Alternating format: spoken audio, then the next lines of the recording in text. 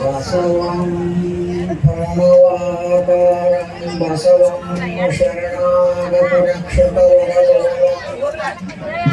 ಬಸವಂ ಶರಣಾಗತ ರಕ್ಷಕ ವರದಂ ಬಸವಂ ದಂಡಮುಹಾರಂ ಬಸವಂ ನಮಾಮಿ ಶ್ರೀ ಗುರು ಬಸವೇಶ. ಪ್ರಥಮವಾಗಿ ಸಂಘಗಳ ಶ್ರೀಚರಣವನ್ನು ಹೊರತುಪಡಿಸಿ ಧ್ಯಾನಿಸುತ್ತಾ ಆವರಣ ಪರಂಪರೆಯನ್ನು ಹಾಗೂ ಬಸವಾದಿ ಪರಮತರ ದಿವ್ಯ ಆಧಾರಗಳಿಗೂ ಪಡೆದು ಇವತ್ತಿನ 14ನೆಯ ಯಾತ್ರಾ ಮಹೋತ್ಸವ ಹಾಗೂ ಸತ್ಸಂಗ ಸಮ್ಮೇಳನದ ಕಾರಣಿಯ ಪುರುಷ ದರಿದ್ರಿದ ಬಂದ ಪರಶಿವನು ಹಾಗೂ ಈ ಮುಮ್ಮೆಟ್ಟುಗೊಂಡ ಉದ್ಧಾರವಾಗಿರ್ತಕ್ಕಂಥ ಶ್ರೀ ಶ್ರೀ ಪರಮ ಪೂಜ್ಯ ಪರಮ ತಪಸ್ವಿ ಶ್ರೀ ಶ್ರೀ ಅವಧೂತ ಮಹಾರಾಜರಿಗೂ ಹಾಗೂ ಶ್ರೀ ಶ್ರೀ ಈ ಕಾರಣಕ್ಕೆ ಕಾರಣ ಪುರುಷ ಕರ್ತೃ ಗದ್ದುಗೆಗೊಂಡ ನಮ್ಮ ಎಂಥ ಪುರುಷರು, ಎಂಥ ಶಕ್ತಿಯುಕ್ತರು, ಎಂಥ ನಿರ್ವಹಿಗಳು ಅಂತ ನಾವು ಏನು ಮಾಡಬೇಕು ಅಂದ್ರೆ 40 ವರ್ಷದ ಹಿಂದೆ ಬಂದಾಗ ಏನಾಗಿತ್ತು ಅಂತ ಕೇಳಿದ್ರೆ ಮಲಗೊಂಡ ಮಹಾರಾಜ ಅಪ್ರಾಜಿಗಳವರು ಏನು ಹೇಳ್ತಾ ಇದ್ರು ಅಂದ್ರೆ ಚಟ್ಟಿ ಅಮಾವಾಸ್ಯೆಗೆ ಬಂದಾಗ ಅವರು ಒಂದು ಮಾತನ್ನು ಹೇಳ್ತಾ ಇದ್ರು. ಮಳೆ ಬರ್ತಿತ್ತು, ಜನರೆಲ್ಲ ತೋರಿಸ್ತಾ ಇದ್ರು. ಇದು ಗುಡದಲ್ಲಿ ಒಂದಿಟ್ಟು ಅರಗಿ ಕಟ್ಟಕೊಂಡು ತಂಬು ಹಾಕೊಂಡು ಇರ್ತಿದ್ವು.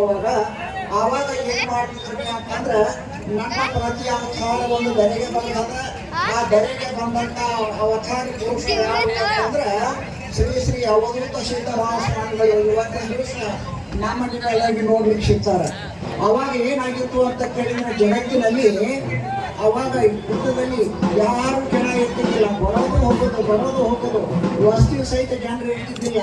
ಆ ಟೈಮ್ದೊಳಗೆ 1-2 ಕೊಡ ನೀರು ತಂದು ತುಂಬಿಡ್ಕೋಬೇಕು. ಹೀಗಾಗಿ ಮಂದಿ ಜನರು ಬಂದು ಕೂಡ ಆಯ್ಕೆ ಮಾಡಬೇಕು, ಮತ್ತೆ ಆಚೆ ಕಡೆ ಬಾವಿಗೆ ಹೋಗಿ ತುಂಬ್ಕೊಂಡು ಬರಬೇಕು. ಈ ರೀತಿ ಇದ್ದಾಗ ಅಪ್ಪ 1 ಕ್ವಿಂಟಾಲ್ ಕಟ್ಟಿಗಿಲ್ಲ ಅಡಿಗೆ ಮಾಡಲಿಕ್ಕೆ, ಗಡಿಗೆ ಮಡಿಕೆಗಳಿಲ್ಲ, ಮತ್ತೆ ಹೇಗೆ ಮಾಡಬೇಕು ಅಂತ ವಿಚಾರ ಮಾಡಿ ಹೇಳ್ತಾ ಇದ್ರು ಅಪ್ಪ ಅವರು. ಎಂಥ ಮಾತು ಹೇಳ್ತಾ ಇದ್ರು ಅಂತಂದ್ರೆ ಬಡಗೊಂಡ ಮಹಾರಾಜರು, ನೋಡು ಬಸವ, ನಮ್ಮ ಹೆಸರು ಬಸವಣ್ಣ ಬಸಪ್ಪ ಅಂತಿದ್ರು. ನೋಡು ಬಸವ, ಇದೊಂದು ಎಂಥ ಕೀರ್ತಿಯುಕ್ತವಾಗಿ ಗಿರಿ ಆಗ್ತಾ ಇದೆ ಅಂತ ಕೇಳಿದ್ರೆ ಕರ್ನಾಟಕದೊಳಗೆ ಎಲ್ಲರೂ ಕಣ್ಣ, ಎಲ್ಲರೂ ಚಿತ್ತ, ಎಲ್ಲರೂ ಭಕ್ತಿಯನ್ನ ಇಡುವಂತ ಕ್ಷೇತ್ರ ಆಗ್ತಾ ಇದೆ ಅಂತ ಹೇಳ್ತಾ ಇದ್ರು ಅವಾಗ. ಯಾವಾಗ 40 ವರ್ಷದ ಹಿಂದೆ ಆವಾಗ ನಾವು ಅವ್ರು ಕೂಡಿ ಏನ್ ಮಾಡ್ತಾ ಇದ್ದೀವಿ, 100 ಮಂದಿ ಬಂದ್ರೆ ಊಟ ಮಾಡ್ಲಿಕ್ಕೆ ಊಟ ಇರ್ತಿದ್ದಿಲ್ಲ, ನೀರು ಇರ್ತಿದ್ದಿಲ್ಲ. ಆವಾಗ ಏನ್ ಮಾಡಿದ್ರು, ಆ ಅಪ್ಪ ಅವರು ಮತ್ತೆ ಎಲ್ಲಿ ಕಾರ್ ಇರ್ತಾರ ಅಲ್ಲಿ ಬೋರ್ವೆಲ್ಗಳಾಗುವ, ಬೋರ್ ಹಾಕುವ, ನೀರು ಹಾಕುವ. ಇಲ್ಲಿ ಏನಾಗ್ಲಿಕ್ಕೆ ಅಂತಂದ್ರೆ ಆವತ್ತು ನೋಡಿದಂತ 100 ಮಂದಿಗೆ ಊಟಕ್ಕೆ ಇಲ್ಲದ ಟೈಮ್ದೊಳಗೆ ಈಗ ಅವ್ರು ಮುಂದೊಂದು ದಿನ ಏನ್ ಹೇಳ್ತಾ ಇದ್ರು ಅಂದ್ರೆ ತುಪ್ಪದ ಡೈಟಿ ಬರ್ತದೆ, ತುಪ್ಪದ ರೋಡ್ ಬರ್ತದೆ, ಹಾಲಿನ ರೋಡ್ ಬರ್ತದೆ, ಧನಧಾನ್ಯಗಳ ರೋಡ್ಗಳು ಬರ್ತಾವ. ಇದು ಮಂಗಲ ಆಗಿ ತೇರ್ತದೆ, ಜಂಗಲದಲ್ಲಿ ಮಂಗಲವಾಗಿ ಹೋಗ್ತಾ ಇದೆ. ಆ ಜಗತ್ತಿನಲ್ಲಿ ಏನಾಗ್ತಾ ಇದೆ ಅಂದ್ರೆ ಸರ್ವತ್ರು ಜಾಸ್ತಿ ಆಗ್ತಾರೆ. ಅವರ ಕಷ್ಟ ಕಾರ್ಪಣ್ಯಗಳನ್ನು ಕಿತ್ತು ಒಗಿಲಿಕ್ಕೆ ನಾನೊಬ್ಬ ಅಮೋಘ ಸಿದ್ದೇಶ್ವರರು ನಾವಿಬ್ಬರು ಸಾಕ್ಷಿಯಾಗಿ ಜನರ ಕಷ್ಟ ಕಾರ್ಪಣ್ಯಗಳನ್ನು ನಾವು ತೊಳೆದು ಹಾಕೋಣ, ಅವರ ವಿದ್ಯುತ್ ಗುಮ್ಮಾಡಗಳನ್ನು ತೆಗೆದು ಹಾಕೋಣ, ಅವರ ಕೊಟ್ಟಂತದ ದಾನ ಧರ್ಮದಿಂದ ನಾವು ಮಠ ಕಟ್ಸೋಣ, ಅದು ಧರ್ಮಕ್ಕಾಗಿ ವಿನಿಯೋಗ ಮಾಡೋಣ, ಧರ್ಮಕ್ಕಾಗಿ ಬೇಡ ಅಂತಕ್ಕಂಥ ಮಾತನ್ನು ನಾವು ಹೇಳ್ತಾ ಇದ್ರು. ಅವಾಗ ನಾವೇನು ಮಾಡಿದ್ರಪ್ಪ ಅಂತಂದ್ರೆ ಅವಾಗ ನನ್ನ ರಕ್ತದ ಅಪೇಕ್ಷೆ ಭಾಳ ಇತ್ತು. ಅವಾಗ ಏನು ಹೇಳ್ತಾ ಇದ್ರು, 35 ವರ್ಷ ಹಿಂದೆ ಬಸವ ಸುಮ್ಮ ಕುಂದ್ರ ಎಲ್ಲ ಬರ್ತದೆ, ನಡಬಡಿಸಬಾರ್ದು ಅಂತ ಹೇಳಿದರು. ಈಗ 20 ವರ್ಷ ಆಯ್ತ್ರಿ, ಭಾಳ ಜನರೊಳಗೆ ಅಡ್ಡಾಡುವುದಿಲ್ಲ, ಬಾಗಿಲ ಹಾಕೊಂಡ ಒಳಗೆ ಧ್ಯಾನ. ಅವ್ರು ಏನು ಹೇಳ್ತಾ ಇದ್ರು, ಧ್ಯಾನ ಜಪತಪ ಬಿಡಬೇಡ, ಮಾನವನ್ನ ರಕ್ಷಣೆ ಮಾಡ್ತಕ್ಕಂಥ ಭಗವಂತನ ಧ್ಯಾನವನ್ನು ಬಿಡಬೇಡ, ಧ್ಯಾನ ಜಪತಪಾದಿಗಳನ್ನು ಮಾಡು, ನೀನು ಸುಮ್ಮನೆ ಇರು, ಎಲ್ಲ ಬರ್ತೈತಿ ಅಂತಿದ್ರು.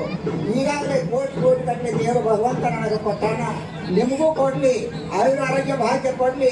ಆ ಭಗವಂತ ನಮಗೂ ಕೊಟ್ಟಾನೆ. ಭಗವಂತ ಮಹಾರಾಜರು ಹೇಳಿರ್ತಕ್ಕಂಥ ಮಾತು ಇವತ್ತು ನಮ್ಮ ಅವಧೂತ ಸಿದ್ಧ ಮಹಾರಾಜರು ಹೇಳಿರ್ತಕ್ಕಂಥ ಮಾತು ಇವೆರಡೂ ಏನದಪ್ಪ ಅಂತಂದ್ರೆ, ಪ್ರತಿ ಅವತಾರ ಯಾರಾದರೂ ಪರಮಶಿವನು ಪ್ರತಿ ಅವತಾರ ಮಾಡಿ ಆ ಬೊಮ್ಮೆಟ್ಟ ಗುಡದಲ್ಲಿ ಅಮೋಘ ಸಿದ್ದೇಶ್ವರ ಅನಿಸ್ಕೊಂಡ್ರು. ಅದರಂತೆ ಅವರ ಪ್ರತಿ ಅವತಾರವಾಗಿ ಮದಗೊಂಡ ಮಹಾರಾಜರಾದರು. ಮದಗೊಂಡ ಮಹಾರಾಜರ ಪ್ರತಿ ಅವತಾರವೇ ಯಾರಾದರೂ ನಮ್ಮ ಅವಧೂತ ಸಿದ್ಧರಾದರು. ಅವಧೂತ ಸಿದ್ಧ ಮಹಾರಾಜರು ಏನು ಮಾಡ್ತಾರಪ್ಪ ಅಂದ್ರೆ 3 ಶಕ್ತಿಯನ್ನು ಒಳಗೊಂಡಾರ. ಆ ಶಕ್ತಿಗೆ ನಾವು ಕೂತ್ಕೊಂಡು ಅವರ ಶಕ್ತಿ ಏನಿರ್ತದೆ ನಾವು ಭಕ್ತಿಯಿಂದ ಅವರ ಶಕ್ತಿಯನ್ನು ತಗೊಳ್ಳೋ ಪ್ರಯತ್ನ ಮಾಡೋಣ. ಆಕ್ರಮಣ ಮಾಡಿ ತಗೊಳ್ಳುವಾಗ ಬೇಡ, ಭಕ್ತಿಯಿಂದ ಅವರ ಶಕ್ತಿಯನ್ನು ತಗೊಂಡು ನಮ್ಮ ಜೀವನವನ್ನು ಪಾವನಗೊಳಿಸೋಣ ಅಂತ ತಿಳ್ಕೊಂಡು ಈ 4 ಪುಷ್ಪಗಳನ್ನು ಗುರುಚರಣ ಕಲ್ಪಿಸುವ. ಓಂ ಶಾಂತಿ.